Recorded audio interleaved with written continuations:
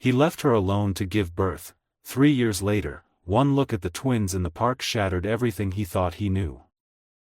The hospital corridor smelled of antiseptic and anxiety, a sharp, sterile scent that seemed to press against Anna's chest with every breath she took. The fluorescent lights overhead were too bright, unforgiving, exposing every tremor in her hands as she leaned against the cold wall, trying to steady herself. The folder with her medical reports was clutched tightly to her chest, the edges already bent from how often she had opened and closed it while waiting. Michael Reeves stood a few steps away, his phone in his hand, his posture rigid and distant.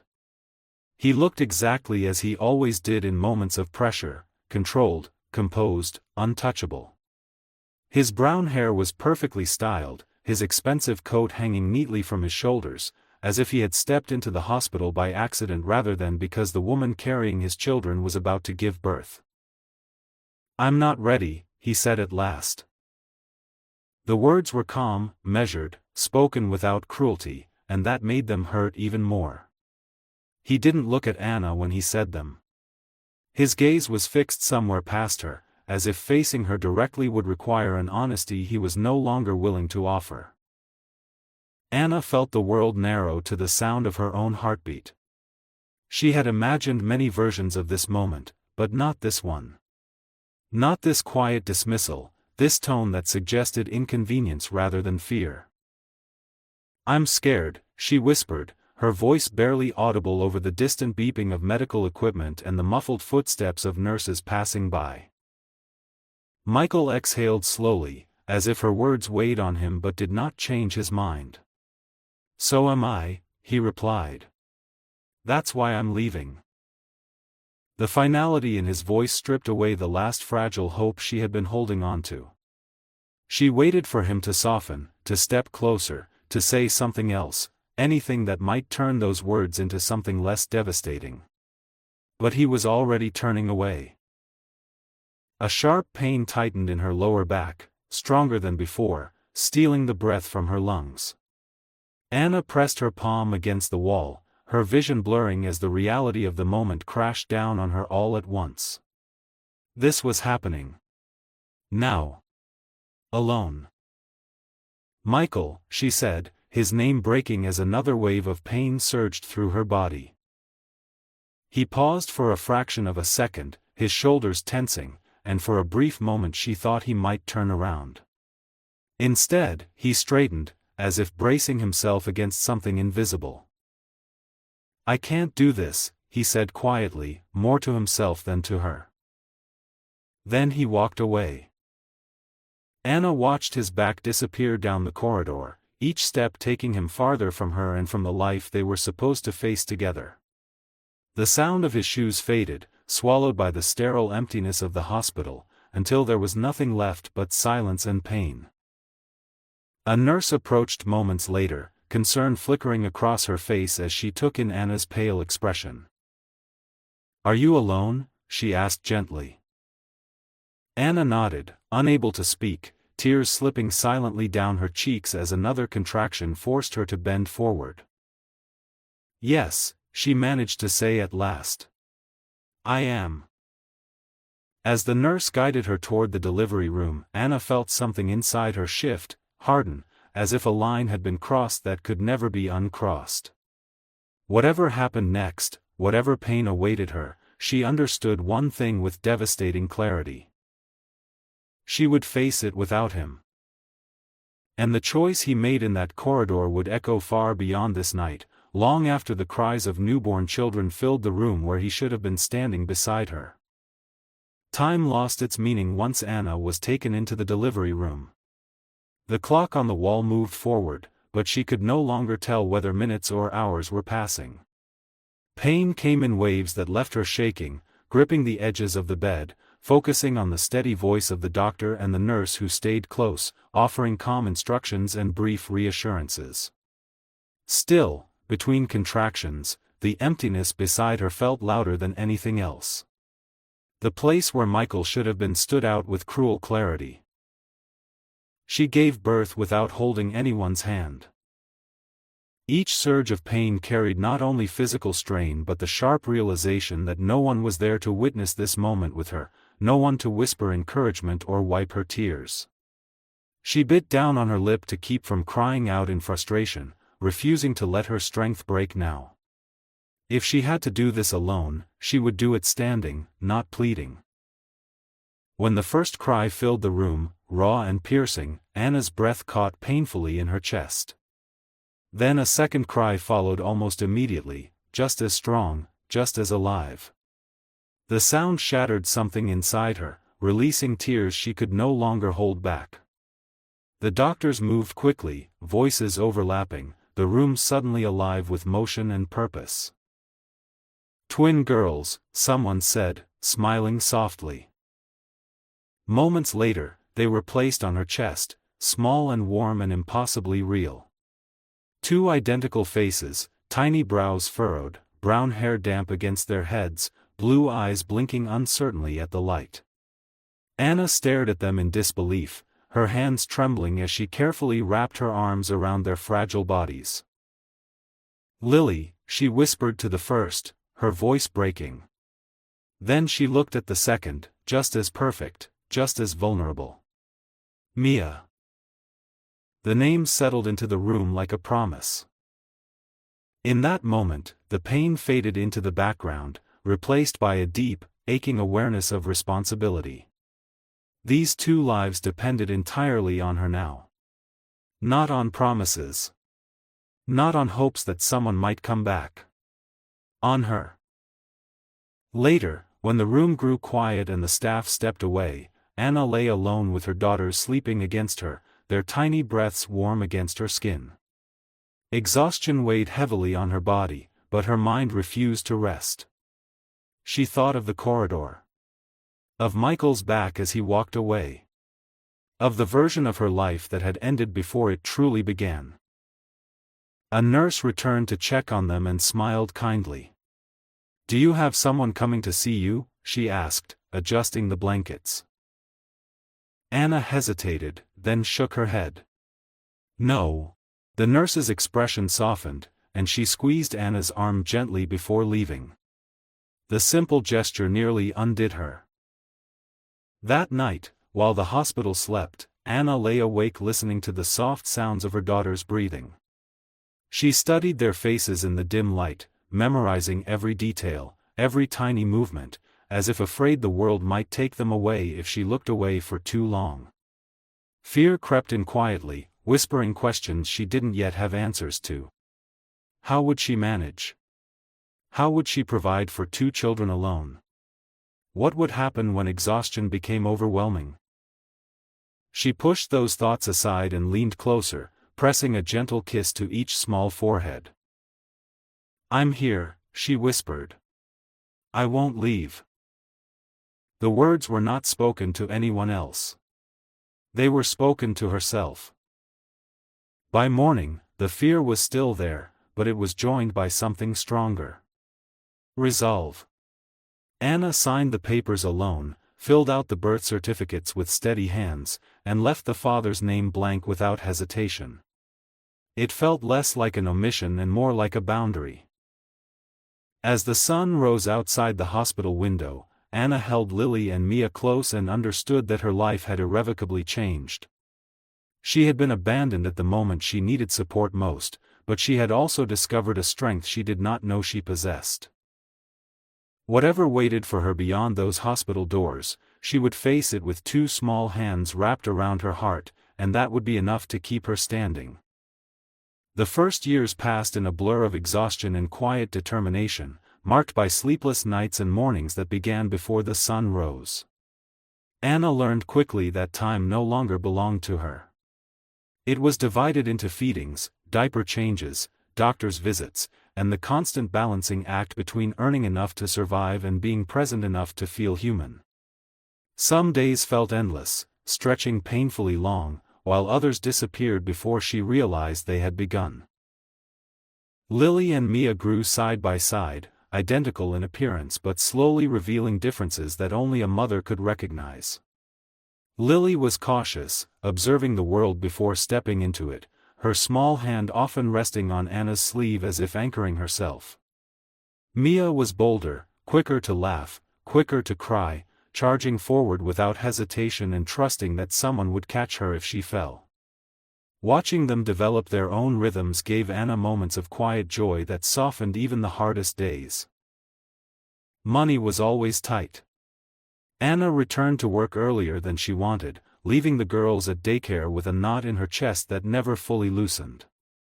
She learned to calculate every expense, to stretch meals, to mend clothes instead of replacing them. Pride became a luxury she could no longer afford, but dignity remained non-negotiable. She refused to ask Michael for help, not out of bitterness, but because reopening that door felt like surrendering a strength she had fought too hard to build. There were nights when both girls cried at once, their voices overlapping in desperate harmony, and Anna felt herself unraveling. She would sit on the floor between their cribs, rocking one with her foot while holding the other in her arms, whispering reassurances she wasn't sure she believed yet. In those moments, she allowed herself to feel the weight of what had been taken from her, the loneliness of choices made without her consent. Then she would breathe deeply, stand up, and continue, because stopping was never an option. As the girls grew older, questions began to surface naturally, innocent at first and then increasingly curious. They noticed other children at the playground with fathers who pushed swings or lifted them onto shoulders. They noticed storybooks that ended with families that looked different from theirs. One afternoon, as Anna buckled them into their car seats, Lily asked softly, "Why is it always just you?" Anna paused, choosing her words carefully. "Because I love you enough for two parents," she said gently. Mia seemed satisfied with that answer, already distracted by something outside the window. Lily nodded slowly, storing the response away, as if sensing there was more beneath it but trusting her mother not to let her fall. Anna never spoke badly of Michael. She did not want their childhood shaped by resentment. When they asked about their father, she told the truth without cruelty. He had been afraid. He hadn't been able to stay. It wasn't because of them. That distinction mattered to her more than anything. At night, when the apartment was quiet and the girls slept curled together in their beds, Anna allowed herself moments of reflection she never indulged during the day. She thought about the life she had imagined once, about the man who had walked away when she needed him most. Sometimes anger surfaced, sharp and sudden, but more often it was sadness, a quiet mourning for what might have been. She let those feelings exist without feeding them, understanding that holding onto them too tightly would only drain the energy she needed to keep moving forward. By the time Lily and Mia turned 3, they were strong, curious, and endlessly talkative, filling the apartment with laughter that echoed off the walls. Anna watched them run through the small park near their building, their identical faces lit with joy, and felt a fierce pride rise in her chest. She had done this. Not perfectly, not easily, but honestly. Michael's absence no longer defined their lives, even if his shadow still lingered at the edges of her thoughts. Anna believed, with growing certainty, that she had made the right choice by focusing on survival rather than confrontation. Whatever the future held, she was prepared to meet it on her own terms. She did not know that the fragile balance she had built so carefully was about to be tested, or that the past she had learned to live without would soon step back into her world, forcing her to confront a truth she had never intended to reveal. The afternoon was ordinary in every way that mattered. The city park was alive with familiar sounds, children laughing, leaves rustling in the light breeze, the distant hum of traffic softened by trees and space. Anna sat on a bench near the small playground, her bag at her feet, watching Lily and Mia chase each other across the grass. Their laughter came easily now, unguarded and bright, and she allowed herself to relax into the rhythm of the moment. She did not notice him at first. Michael Reeves stood a few steps away, phone pressed to his ear, his attention divided between the call and the path ahead of him. He had chosen the park deliberately, thinking it would clear his mind before the next meeting, give him a moment of air before returning to glass offices and controlled conversations. He was halfway through a sentence when something in his peripheral vision made him stop. Two little girls ran past him, their movements synchronized without effort, their voices blending into one another. He frowned slightly, his gaze following them instinctively, and then his breath caught in his throat. They were identical. Not just similar, but mirror images. Brown hair bouncing in the same uneven curls, small noses, the same bright blue eyes he saw every morning in his reflection. His phone slipped slightly in his hand as the realization struck with sudden force, sharp enough to make him forget the person on the other end of the line. "Michael," the voice said through the speaker. He didn't answer. He ended the call without noticing and stood frozen, watching the girls as they ran back toward a woman sitting on a bench. Anna looked up at that exact moment.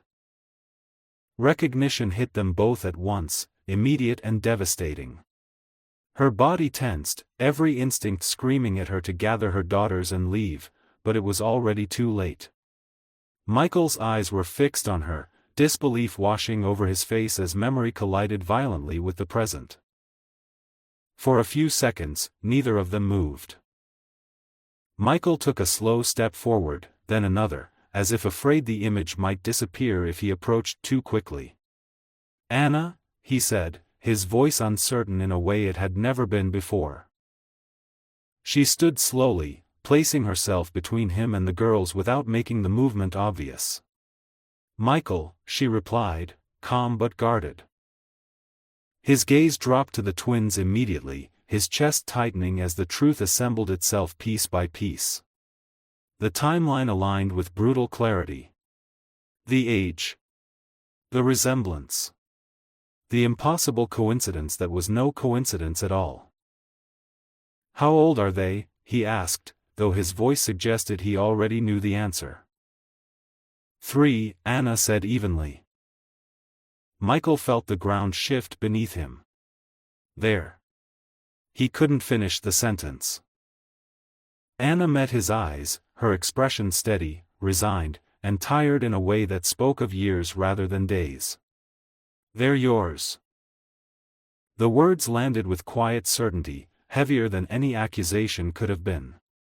Michael opened his mouth, closed it again, searching for something to say that would make sense of the moment. Nothing came.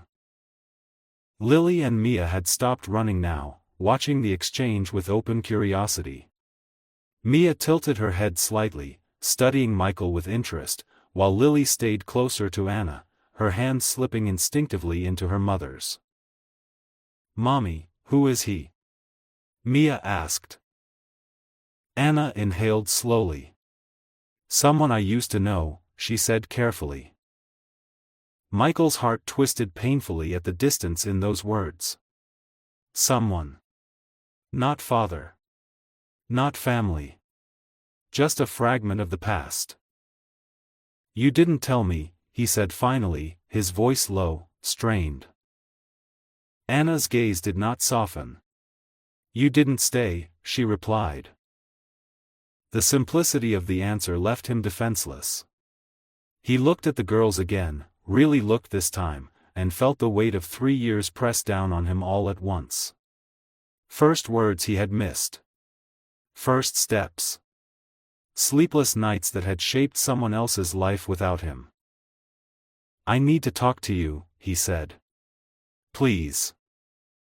Anna hesitated, glancing down at Lily and Mia, who had already lost interest and were tugging at her hands, asking to go play again. She knelt to their level, brushing hair from their faces. "Go ahead," she said gently. "Stay where I can see you."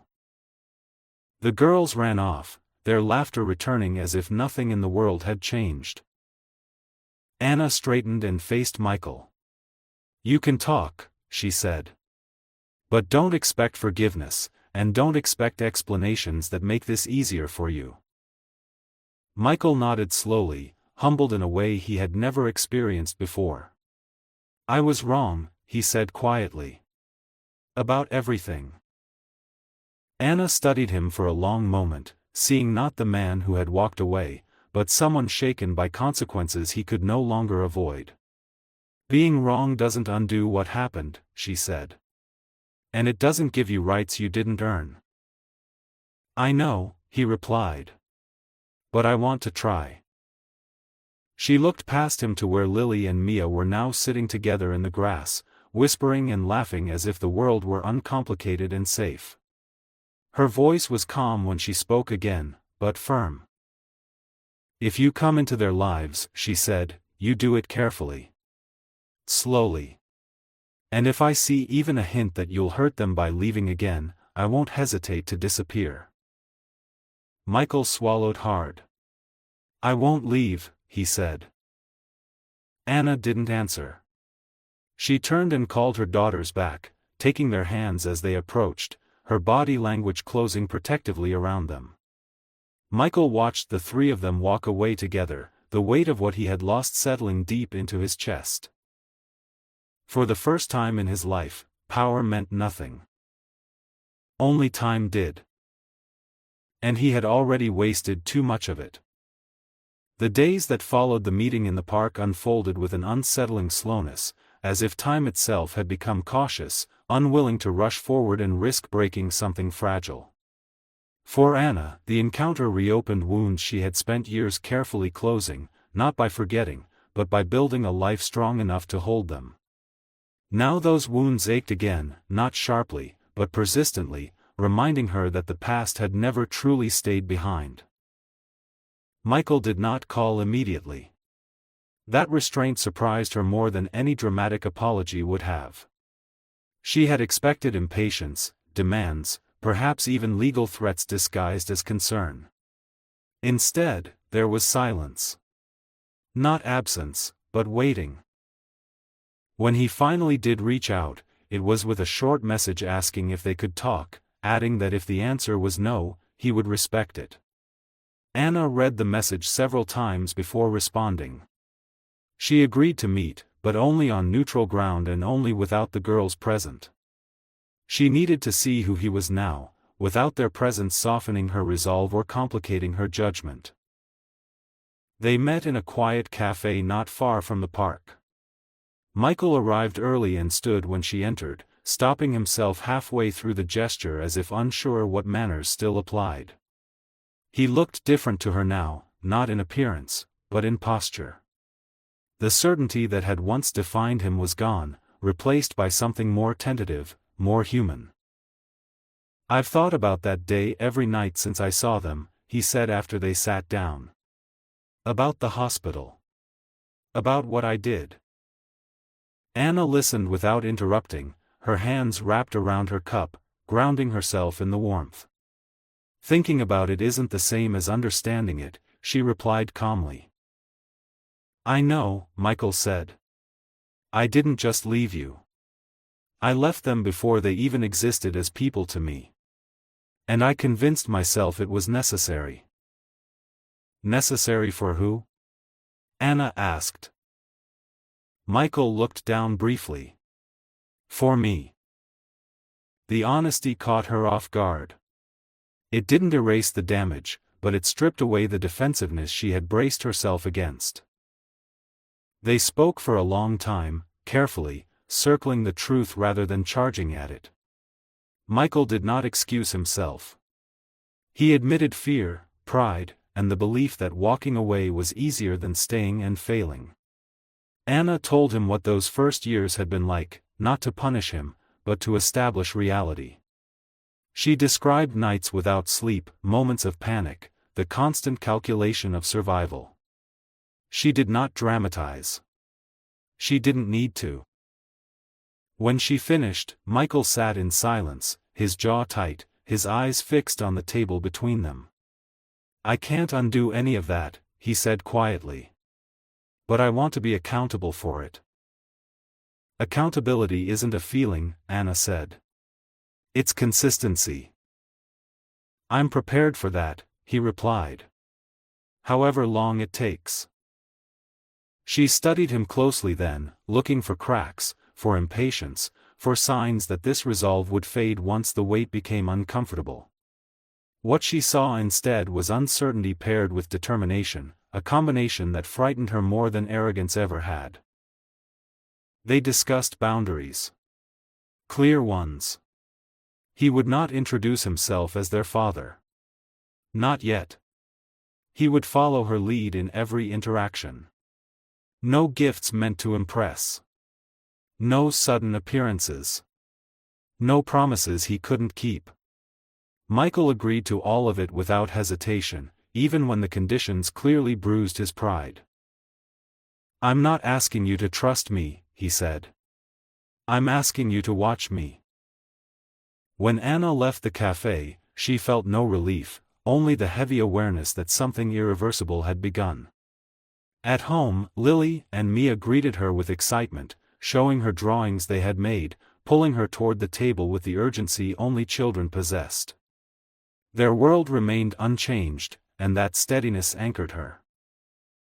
That night, after the girls were asleep, Anna sat alone in the quiet apartment and allowed herself to acknowledge a truth she had resisted all day.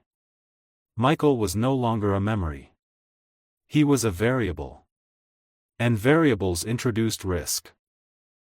Across the city, Michael stood in his darkened apartment, looking at a photo he had taken quietly in the park days earlier.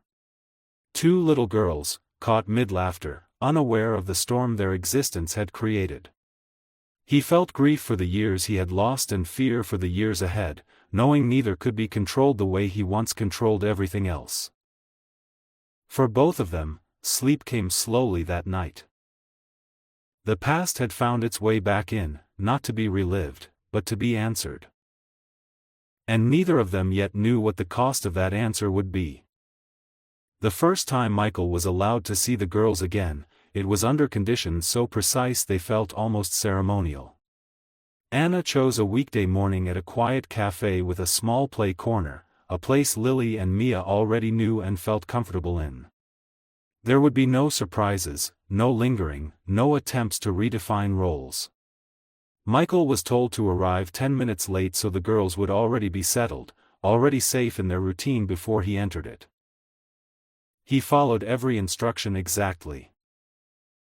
When he walked in, the sight of them hit him harder than it had in the park. Lily and Mia sat at a small table, coloring seriously, their heads bent at the same angle, tongues peeking out slightly in concentration. Anna sat nearby, watching them with the calm vigilance of someone who had learned never to fully relax. Michael stopped a few steps away, unsure where to place himself in a scene that felt intimate and closed, even though he had been invited into it. Anna stood and approached him quietly.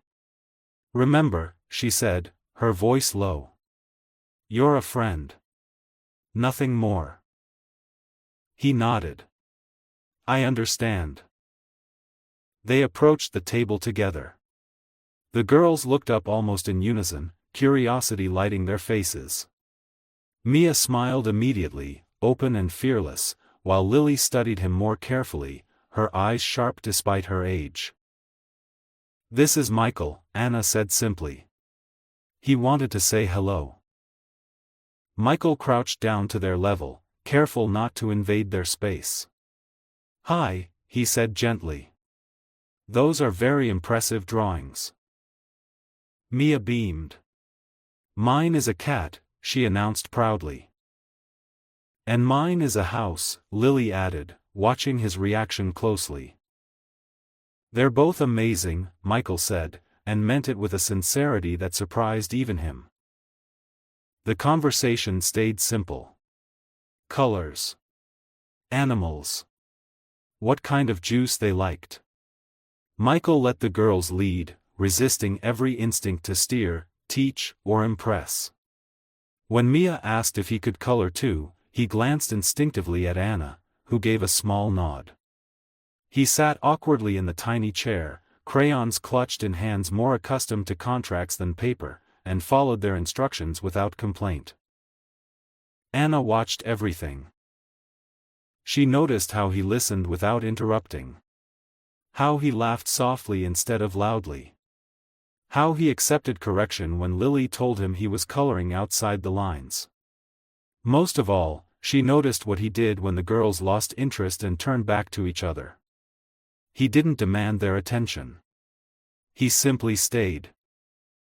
When the visit ended, Michael stood immediately, understanding the signal without being told. "Thank you for letting me come," he said to Anna, not the girls, respecting the boundaries she had drawn. "Bye, Michael," Mia said cheerfully. Lily hesitated, then added a quieter goodbye. Michael left without looking back. Over the following weeks, the visits continued, always brief, always structured. Sometimes they met at the cafe. Sometimes at the park. Sometimes he simply walked beside them while Anna pushed the stroller, listening more than speaking. Michael rearranged his entire life around these moments, turning down meetings, rescheduling flights, absorbing irritation from colleagues who didn't understand why access to him had suddenly become conditional. At night, he lay awake replaying small details. The way Lily reached for Anna when uncertain. The way Mia laughed without hesitation. The way both girls glanced toward him sometimes, as if slowly cataloging his presence, deciding where he belonged. Anna, meanwhile, struggled with a different kind of exhaustion.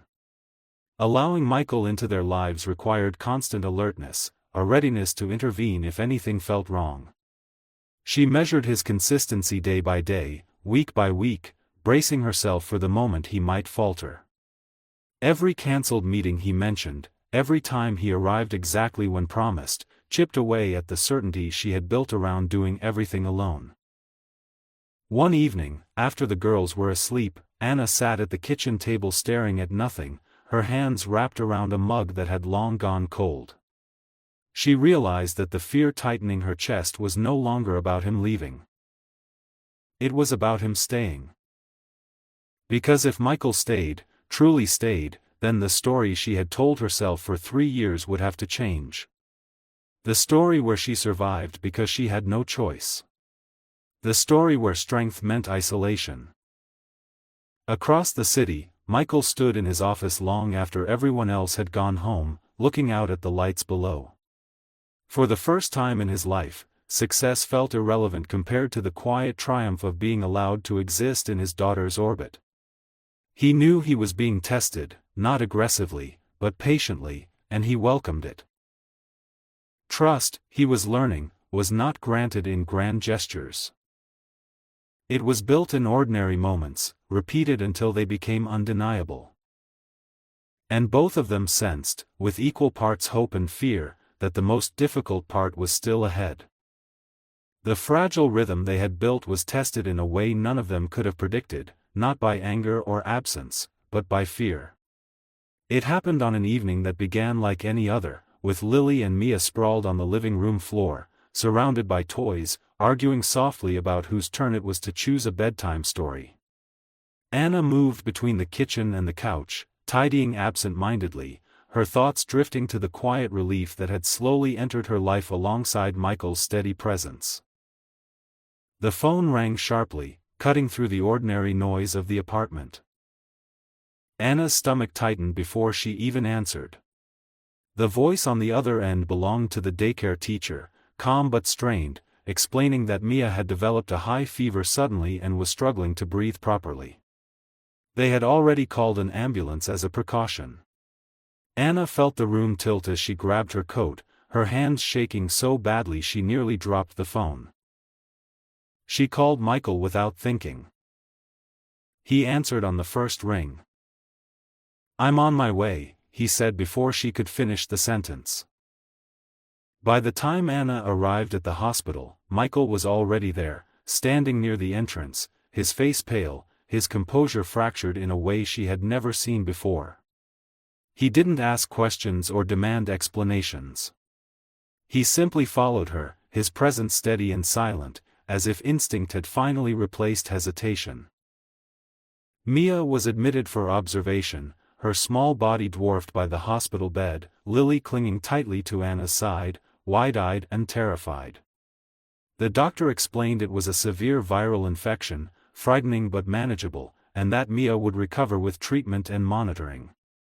The words washed over Anna without fully registering, her focus locked on the rise and fall of her daughter's chest. Michael stood a few steps back at first, unsure of his place, until Lily reached out and took his hand without looking at him. The gesture was small, almost unconscious, but it landed with crushing force. He squeezed her hand gently, afraid that too much pressure might break something sacred. Hours passed slowly. Anna didn't realize she was shaking until Michael draped his jacket over her shoulders without asking, grounding her with the simple weight of fabric and warmth. When she finally looked at him, really looked, she saw fear mirrored in his eyes, raw and unfiltered. Not fear of losing control. Fear of loss. That night, Mia slept under the watchful eye of machines, Lily curled up in a chair beside the bed, refusing to leave her sister. Michael remained awake, pacing quietly, stepping outside only once to make a phone call that lasted less than a minute. When he returned, his phone was switched off completely. The next morning, Mia's fever broke. Relief came in a rush that left Anna weak, her knees trembling as she leaned against the wall outside the room. Michael exhaled slowly, his hand pressed to his face, emotion breaking through the restraint he had maintained for months. "I was terrified," he admitted quietly, not looking at Anna. "So was I," she replied. The difference was that this time, she wasn't alone in it. In the days that followed, something shifted between them. Not dramatically, not with declarations, but with certainty. Lily began talking about Michael openly, asking when he would visit again, correcting herself less when she almost called him something else. Mia, once recovered, insisted on showing him her favorite toys, her laughter returning as if the fear had never touched her. Anna watched it all with conflicted emotion. Gratitude tangled with fear. Trust fought against memory. She knew this closeness could be taken away just as easily as it had formed, and the thought of that loss felt unbearable. One evening, after the girls were asleep, Anna confronted the truth she could no longer avoid. "If you're in their lives," she said quietly, sitting across from Michael at the kitchen table, "you're in all the way. I won't let them attach themselves to someone who might disappear again." Michael didn't hesitate. "I won't," he said. "Not now. Not ever." She studied his face, searching for certainty strong enough to withstand time. What she saw was not perfection, but resolve sharpened by fear and love he had never known before. "I don't need you to be flawless," she said finally. "I need you to be present." "I can do that," he replied. And for the first time, Anna allowed herself to believe that the greatest danger was no longer being abandoned, but allowing herself to hope. The ending did not arrive with applause or dramatic gestures. It came quietly, built from mornings that felt ordinary and evenings that no longer carried fear. It arrived in the form of habits, routines, and choices repeated so often they stopped feeling like effort and began to feel like truth. Michael moved closer without ever announcing it. At first, it was small things. He kept a toothbrush at Anna's apartment for nights when the girls fell asleep on him and it felt wrong to leave. Then came extra clothes, a pair of shoes by the door, space in the closet that no longer felt temporary. He never assumed, never claimed territory, but Anna noticed how naturally he fit into the life she had built without him. Lily and Mia noticed it too. They stopped asking when Michael would come and started assuming he would be there. They ran to the door when they heard his steps in the hallway. They argued over who got to hold his hand. Lily began bringing him her worries in quiet moments, whispering fears she didn't share easily, while Mia dragged him into laughter and noise, insisting he play even when he was exhausted. Michael learned that love did not announce itself. It demanded attention, patience, and humility. One evening, as they sat together on the floor assembling a puzzle that never seemed to fit quite right, Lily looked up suddenly and asked, "Are you staying?" The room went still. Michael didn't answer immediately. He glanced at Anna, not for permission, but out of respect for the weight of the moment. Then he turned back to Lily, his voice steady, grounded in certainty earned rather than promised. "Yes," he said. "I'm staying." Mia clapped her hands, satisfied, while Lily studied his face carefully before nodding once, as if sealing an agreement. Anna felt something inside her finally loosen. Later that night, after the girls were asleep, Anna and Michael sat on the balcony, the city lights stretching endlessly below them. The air was cool, quiet, filled with the kind of peace that only comes after storms have passed. "You changed," Anna said softly.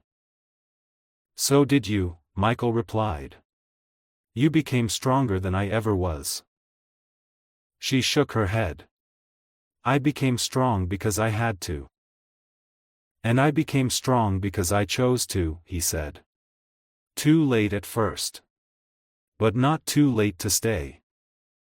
Anna looked at him for a long time, then spoke the truth she had been carrying for years. "When you left, I thought the worst thing that could happen had already happened." "And now?" he asked. "Now I know the worst thing would have been never letting you try again." He reached for her hand, slowly, giving her time to pull away if she needed to. She didn't. Months later, in the same park where everything had unraveled, the four of them walked together under the trees. Lily and Mia ran ahead, their laughter echoing through the open space, turning back every few steps to make sure both parents were still there. Michael watched them with a quiet, overwhelming gratitude. He had not earned these moments easily. He had paid for them with regret, humility, and the discipline to never disappear again. Anna watched him watching them and understood something just as important. Forgiveness did not erase the past, but it allowed the future to exist without fear. Sometimes people leave when they are afraid, mistaking escape for survival. And sometimes they return changed enough to stay. This time, no one walked away. And the family that had once been broken stood whole, not because it had never shattered, but because every piece had been chosen again, deliberately, every single day.